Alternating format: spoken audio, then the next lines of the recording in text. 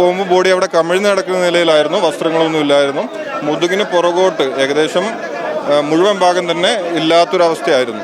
ആദ്യം നമുക്ക് നാട്ടുകാർ ഇത് അറിഞ്ഞിട്ടില്ലായിരുന്നു സംഭവം. എന്താ വെച്ചാൽ രാവിലെ ഒരു 8:30യോടുകൂടി കാപ്പിത്തോട്ടത്തിലേക്ക് നമ്മുടെ മുന്നിലൂടെ കാപ്പി പറിക്കാൻ വേണ്ടി വന്നതാണ് ശ്രീ.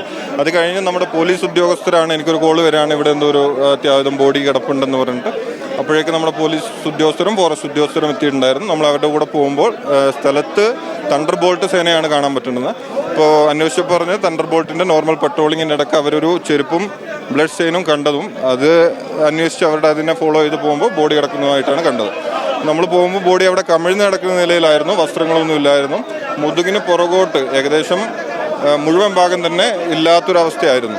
ഈ സ്ത്രീയെ കാണാതായതിനെ തുടർന്നുള്ള തെരച്ചിലാണോ തണ്ടർ ബോൾട്ടുകൾ അങ്ങോട്ട് എത്തി?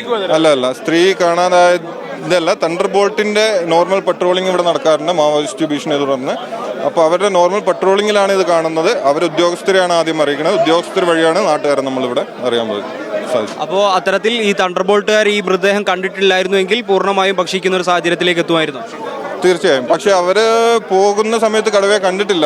കടുവ അവിടെ ഇല്ലായിരുന്നു, പോയിട്ടുണ്ടായിരിക്കണം. പക്ഷെ ബ്ലഡൊക്കെ ഉറ്റി വീണ നിലയിലായിരുന്നു. അപ്പോൾ ഒരു അരമണിക്കൂർ വ്യത്യാസത്തിൽ കടുവ കടന്നു കളഞ്ഞിരിക്കണം. അങ്ങനെ ഏകദേശം ഇപ്പോൾ ഇവർ ജോലിക്ക് പോയ പ്രദേശത്ത് നിന്ന്, അതായത് കടുവ പിടികൂടിയ പ്രദേശത്ത് നിന്നും കാട്ടിലേക്ക്, അതായത് ഇപ്പോൾ നിലവിൽ മൃതദേഹം കണ്ട പ്രദേശത്തിലേക്ക് എത്ര കിലോമീറ്ററോളം ഡിസ്റ്റൻസ് ഉണ്ടാവും? ഇല്ല, ഇത് നമ്മുടെ പറമ്പിൽ തന്നെയാണ്, കാപ്പി തോട്ടമാണ് അവിടെ നടവഴിയാണ്, പൊതുവഴിയല്ല നടവഴിയാണ്. ആ നടവഴിയിൽ നിന്നാണ് കടുവ പിടിക്കുന്നത്.